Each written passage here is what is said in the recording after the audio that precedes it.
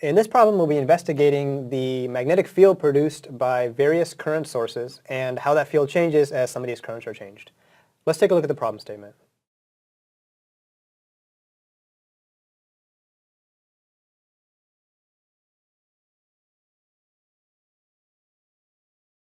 In this problem, we have two long current carrying wires coming straight out of the screen, and we're asked to investigate what happens to the magnetic field provided by these wires as one of the currents is varied. So in this case, we have two current carrying wires, and we're asked to find the field at the origin. So to get an idea of what's happening, let's first visualize this by drawing a few vectors indicating the field at the origin due to each of the wires individually. I want to have you guys do this on your own. And as you draw these vectors, keep in mind that they have different directions, so reflect that in your image. And also they have different magnitudes given by the fact that they have different currents. So also reflect that in your picture. Take a moment now, draw a couple vectors at the origin, and we'll come back and take a look. To find the magnetic field provided by a long current carrying wire, use the right-hand rule. And this right-hand rule states that if you point your thumb in the direction of the current, then your fingers will rotate or will point in the direction of the magnetic field. So let's do that for each wire individually. For the top wire, the thumb is coming out of the screen, and at this point where we're asked to find the field, my fingers are pointing to the right in the positive direction. So it's going to be providing a magnetic field somewhere in the positive x direction, which I'll just draw here. And then likewise, for this wire, the current is again coming out of the screen, and as we get to the origin, now it's pointing upward. So the field provided by that particular wire will point in the positive y direction. Before I draw that vector, I want to kind of get an idea of the relative magnitude. So let me just remind us what the magnitude of a magnetic field provided by a long current carrying wire is, and that is equal to the constant times the current divided by 2 pi times the distance of where the wire is and where you're asked to find the field. As the problem states, the wires are equidistant from the origin, so r is the same for both. These are all constants, so whichever wire has a bigger current is going to have a larger field magnitude. In this case, I2 has a bigger current, so it's going to have a larger field magnitude, which I'll reflect by drawing a longer vector. So that looks a little like that. So the total magnetic field at the origin is going to be the sum of these two vectors, which looks like this. So if I add these vectors head to toe, the resultant vector points somewhat up and to the right, a little more up and to the right because this magnitude, the magnitude of this component is bigger than the magnitude of that component. Now, we're asked to find out what happens, how do we get this angle to change? We want to get it bigger, so in other words, we want this vector to rotate clockwise. So to do that, let's first find the angle before we change any of the currents.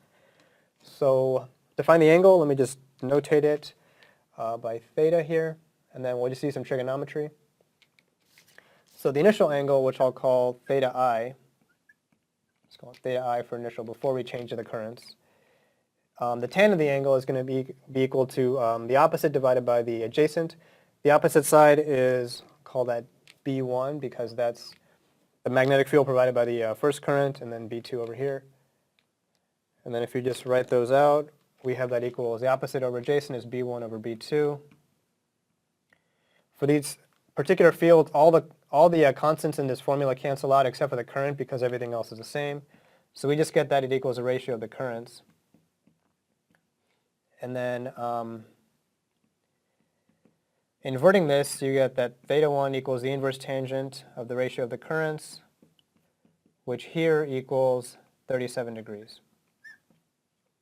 The initial angle is 37 degrees. Now, we're going to start varying one of these currents in such a way to get this angle to increase beyond 37. In fact, we want it to increase to 57 because we want the angle to increase by 20 degrees, as stated in the problem. The problem says we can only change one of the currents. We want to change I1. So that's only going to change this vector in a certain manner, keeping one of the components the same. Before we go through the math, what I want you to do is kind of sketch the vector, what it will look like after we increase or decrease this current to do so. And we'll take a look at that vector before we get into the math. So go ahead and do that now. Draw a sketch and we'll come back in a moment.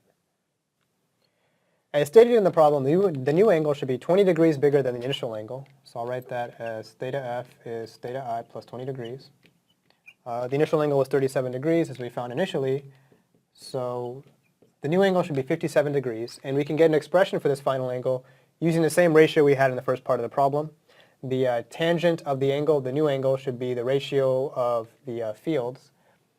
So the angle should be the inverse tangent of the ratio. The new B1 to B2. And using the fact that B2 has not changed, so, and then again, all the constants will cancel out except for the currents. So let me go ahead and write that as the ratio of just the currents. Because again, the radii are all the same, and everything else is just a constant. Then we have that I1 over I2 is just the tangent of 57 degrees. And I2 has not changed because the current in I2 has not changed, so it's 40. So we just have I1 is 40 milliamps times the tangent of 57 degrees, and that just gives us, if you plug it in your calculator, you get about 62 milliamps. Okay, so it's a pretty short problem, but it's a little interesting because it does require some visualization. So let's take a look at the summary. In this problem, we were asked to find a change in current needed to change a magnetic field a given amount. First, we determined the initial magnetic field by finding the fields due to each wire and performing the vector sum. We then found the initial angle using the xy components of the field in trigonometry. And then lastly, we found an expression for the new angle in terms of the old one, and we solved it numerically. So in this problem, we see that as we increase the current through this wire, this vector becomes much longer and much more horizontal.